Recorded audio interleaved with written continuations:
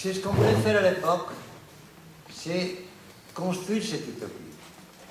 Et on s'est rendu compte que cette utopie ne pouvait pas être construite. Et qu'est-ce qui s'est passé? C'est qu'on a laissé des exemples. Ça, c'est un exemple. Ça, c'est un exemple. Et le projet L'espace de Brexas, c'est un autre exemple. Il a la même force, ou plus, c'est plus encore plus compliqué, que celui de Barcelone qui s'appelle Waldense. Donc voilà celui-là qui marche très bien. Vous êtes invités tous à le voir et on peut organiser un voyage pour voir cette communauté et voir comment elle fonctionne. Et comme ça, on va voir comment. Et il la tient, il la régale, il se protège le reste, il invite des gens, on fait aussi des films, on fait de la télévision, on fait tout. Et c'est eux qui sont les propriétaires, enfin c'est eux qui ont... C'était le logement social. Ce logement social, c'est arrivé à une accession à la propriété, et c'est comme ça que s'est formée cette communauté, que j'espère que ça va être, c'est ce qui va se passer ici chez nous, si on fait entre tous les choses bien. Il y a eu naturellement un rapport avec les habitants très fort. Au commencement de ce rapport, moi je suis présent, j'ai travaillé pour commencer, et après, eux-mêmes, ils font tout, ils savent très bien faire, ils font mieux que moi, ils n'ont plus besoin de moi. Donc, c'est comme ça que c'est. Alors voilà, ça c'est une des premières choses que je fais quand je m'appelais à Paris, ça s'appelait la petite cathédrale. C'est un projet qui a été fait et qui a été interdit par M. Poniatowski à l'époque. Parce que, bon, c'était resté, on m'a commandé ce projet, c'est pour ça que je suis venu en France, c'était le projet que je voulais. Et c'était un projet avec des grandes infrastructures et qui comprenait des plages, des rues comme ça. Et cette mixité. En France, il y avait, à ce moment-là, il y avait la possibilité de faire les choses en Espagne. Et c'est ça la raison. Toutes ces idées d'avant-garde, on pouvait les développer en France, et spécialement dans les villes nouvelles, c'était l'attention. Voilà, c'est le premier projet que j'ai fait. Oui. Et puis des autres projets que j'ai fait à Paris, aussi pour vous dire qu'on n'a pas seulement fait du logement social, mais qu'on sait faire aussi des choses qui marchent, des choses pour la banque, dans ce cas, au centre de Paris. À la marché Saint-Honoré, c'est une plage, et au centre de la plage, il y avait un parking. Au centre de ce parking, on a fait un temple coupé par une rue. Alors voilà la rue, voilà le temple, et bon, c'est bien ça. C'est à l'intérieur de la ville, donc de Paris. Oui, ça, on est à Chicago. À Chicago, il est devenu à côté du fleuve, il est devenu... Vous savez comment ils sont les Américains? Les Américains sont que quand on fait les bâtiments qui se vendent le mieux, ils disent que c'est le plus. Donc celui-là, Chicago, il est devenu le bâtiment le plus beau parce qu'il s'est vendu, revendu, etc. Ils ont fait une grande spéculation. Donc avec ça, il est devenu au centre de Chicago le bâtiment le plus... que tout le monde en parle, à côté d'Obama, à côté de... Quand la Merkel va là-bas, bon, on va vraiment là-bas, à côté du fleuve, tout le monde connaît. Ça s'appelle le bâtiment Beaufil aussi. Et voilà, c'est un bâtiment que au milieu de Chicago et que je vous le présente pour vous dire qu'on sait faire des choses aussi différentes et qu'on sait faire ici les plus efficaces, la plus efficace tour de boulot qu'il y a au centre de Chicago. Donc Chicago, ville de boulot, ça fait le boulot mieux que ailleurs, ça c'est la méthode. Ça c'est la plus fonctionnelle, c'est la plus... Et en plus, cette idée la plus chère, il est proportionnée, c'est la tour européenne au milieu de Chicago parce qu'il est fait d'ordre différent, une superposition, parce que les tours, ils ont que... Enfin, les tours c'est quand même les Américains qui savent, et nous on a apporté quand même le savoir-faire européen au milieu de Chicago, ils étaient très contents. Oui, ça c'est des halls d'entrée, avec des sculptures d'un ami à moi qui s'appelle Corbero, et d'un peintre à moi qui s'appelle Tapies, et on a fait cette hall d'entrée vide à cette tour de boulot que je vous montre ici pour que vous voyez des autres choses, pour que vous voyez un peu des autres choses avant de rentrer dans votre projet. Oui, ça c'est à Tokyo, on est au milieu de Tokyo. Le gouvernement, il a accepté, vous voyez la ligne de régulation, il a accepté de faire cette tour. Et ça, le gouvernement japonais, il m'a appelé, c'est le centre de Shiseido, c'est Shiseido, qui font la... Vous les connaissez, ceux qui font les côté, ils ont accepté de faire, ils voulaient faire comme un hommage à Shiseido, aux inventeurs, aux premiers inventeurs du système de beauté japonais. Et c'est un espace très petit, c'est 18 mètres par 18 mètres, c'est le terrain le plus cher au monde, et on a fait une petite tour qui est devenue un succès dans le quartier de Ginza, que c'est le quartier commercial de Tokyo. Et c'est voilà. Donc c'est une. Et ça nous permet de faire évoluer l'architecture. C'est que Norbert Schulz, le professeur, il appelait le genius lodge. Le genius lodge, c'est la capacité de s'adapter à chaque endroit pour faire une chose différente. Il ne faut pas copier les mêmes projets partout. Au lieu de transporter des projets d'Espagne en France ou de France au Sénégal, on essaye de faire à chaque endroit un projet pour un endroit différent et qu'il aille ensemble. Hein? Je l'ai dit. Ça, c'est l'aéroport de Barcelone. Barcelone, vous savez que ce n'est pas une capitale, donc c'est une ville commerciale, industrielle, enfin. Et quand même, l'aéroport, c'est quand même 1 million de mètres carrés, 35 millions de passagers, un nouveau modèle de terminal entre deux pistes, et c'est quand même, il a eu le prix d'aéroport pendant 5 années suivies par la population. Et le prix de l'aéroport, c'est un quart du prix de Paris, et c'est un projet bon marché, et c'est un projet qui marche économiquement, c'est un aéroport rentable.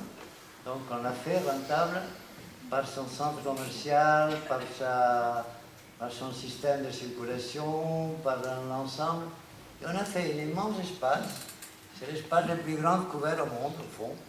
C'est un espace c'est ça, c'est 1 million de mètres carrés, avec des différentes couvertures, avec des types d'escales différentes. La grande escale pour couvrir l'espace et puis l'escalier. Donc en apprenant à jouer avec l'escale, qu'est-ce que c'est la monumentalité, qu'est-ce que c'est l'échelle de l'art. Voilà un exemple, ça c'est une tour à Barcelone, c'est à l'intérieur de la mer, et c'est une tour pour faire un hôtel. Barcelone n'a pas de moyens, donc il faut que tout pour essayer d'exister. Ça, c'est un hôtel comme une voile, effectivement, qui a été copié après au Dubaï, partout, mais c'est les choses qu'on fait, on sait qu'ils sont copiés, et copiés par les autres un peu plus tard, on est habitué à ça. Ça, c'est un concours gagné à Pékin, en Chine. Et j'ai raconté à madame que j'étais dans les jurys dans lesquels on a donné le prix dans lesquels on a passé. En Chine, on a passé de l'architecture traditionnelle à l'architecture moderne. J'étais le représentant de l'Europe. À un certain moment, on a fait passer l'architecture française à Pékin comme, pour faire l'opéra. La grande opéra de Pékin. J'étais le président des jurys, c'est ça qu'on a fait. Et on a gagné ce projet. C'est un projet de cette double verticale avec cette horizontale. C'est un hôtel avec un appart-hôtel, avec un... Bon, simplement pour vous dire que un projet qu'on a gagné, un des projets qu'on a gagné à Pékin. Ça, pour donner un autre exemple, c'est une restauration. C'est comment à Prague, on a pris une ancienne usine et on l'a transformée pour faire un journal d'économie à Prague, et transformer une usine en journal, c'était un exercice très intéressant pour vous, parce que c'était très belle l'usine, et on a transformé. Oui. Ça, c'est aussi à Prague, un quartier qui s'appelle Karin, qui est en train de se développer. On a beaucoup fait différentes choses. Là, comment on a travaillé avec un bâtiment existant, historique à Prague, comment on a juxtaposé le neuf et l'ancien. Par exemple, si on le voit très bien, comment l'ancien, l'usine ancienne a été transformée, et l'usage a été transformé. Donc cette idée de la transformation que vous dites, c'est très intéressant. Donc là, on a fait, à Prague, et En plus ça, on vient de finir, il a quand même le livre d'or, et il a gagné tous les prix aussi à Prague, c'est là. Et voilà, comme on a... Enfin, oui. Oui. Ah oui, ça c'est au Maroc. C'est une pergola. C'est une pergola gaudinienne dans l'université polytechnique du Maroc, faite par la Société des phosphates du Maroc à côté de Marrakech. Donc c'est toute une université nouvelle. Et ça c'est le centre d'une place avec cette pergola et cette université qui vient d'être inaugurée, qui a été fait avec nous et avec des professeurs du Polytechnique parisien qui se sont occupés avec MIT, qui se sont occupés de la gestion pour faire ça. Donc voilà un autre exemple. Oui. Bon, mais ça, on est ici, on est en Russie. Donc vous connaissez un peu de variation. Ça, on est à côté de la Neva, à côté du musée. Et c'est voilà, c'est un morceau de logement social, pas social, mais qui joue avec les caractères de Saint-Pétersbourg. Vous voyez qu'on change les langages constamment. La théorie qu'on a, c'est de ne pas répéter les mêmes langages. Nous, on aime Picasso. On aime les gens, on admire. On sait qu'on n'arrive pas, mais on admire Picasso. Pourquoi? Parce que c'est quelqu'un qui, à chaque moment de sa vie, changeait de langage. Et il proposait des choses nouvelles. Voilà. Et on aime aussi, mais ce n'est pas notre façon de voir, Miro, pour mettre un exemple, ou Tapias, qui font toujours la même chose, ils répètent toujours la même chose. Cette envie, c'est peut-être comme ça, mais c'est l'unique façon qu'on a de s'amuser et de pouvoir inventer. De nous critiquer nous-mêmes, et à partir de ça, de nous critiquer et de proposer des choses différentes. Ça, c'est une chose qu'on vient de perdre. C'est les concours pour le Barça. On vous montre ce concours pour le Barça. On vient de le perdre parce que les Japonais qui ont gagné. Et on vous montre ça pour vous montrer une architecture organique, un autre univers, une autre architecture pour faire un champ de football, que c'est le plus grand de l'Europe. Vous savez, c'est Mégalomanie qu'il y a à Barcelone, parce que comme ils sont petits, ils veulent faire des choses très grandes. Donc, c'est le Barça que ça dit, non? Et c'est le Barça que, voilà les projets, un des derniers projets. Donc voilà un peu comment on fait un champ de football. Compliqué, voilà. Tout ça, c'est pour vous montrer des différentes choses, des différents projets, pour passer un peu au projet qui nous intéresse. Voilà. J'essaye les espaces de l'accès. J'essaye de contextualiser. Donc, on était, après avoir fait la ville dans l'espace, après avoir fait Walden, on nous appelle en France, dans les villes nouvelles, pour réaliser, à ce moment, les villes nouvelles voulaient réaliser des choses nouvelles, etc. On vient ça s'appelait la ville nouvelle Marne-la-Vallée, votre ville de maintenant, et on nous commande un projet concret. Un projet concret, c'est le vôtre, un projet concret dans lequel on nous dit que oui, on peut faire des logements sociaux. On peut mélanger des populations, donc on peut faire des logements sociaux et des logements en acquisition. On essaye de les mélanger et on essaye de faire à ce moment-là la porte de la ville. Ça veut dire qu'on essaye de faire un monument avec un vocabulaire différent et avec un système de construction aussi différent.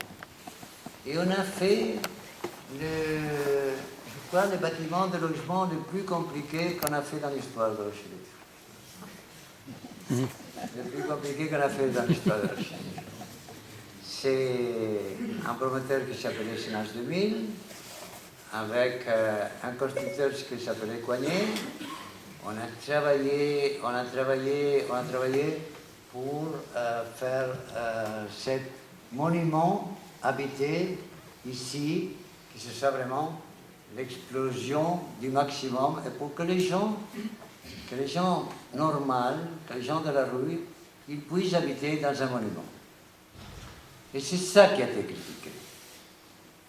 Ça a été critiqué, on a dit que c'était staliniste, on a dit, enfin, quand on fait, mais on est très habitué à faire une démarche, à que les gens critiquent, ils viennent derrière et qu'ils critiquent. Donc à ce moment-là, la critique c'était du stalinisme, parce que on ne pouvait pas faire des monuments habités. On avait eu la même critique à Barcelone, on avait eu la même critique dans des autres endroits, mais on savait que c'était une critique momentanée. Maintenant, qu'est-ce qui se passe?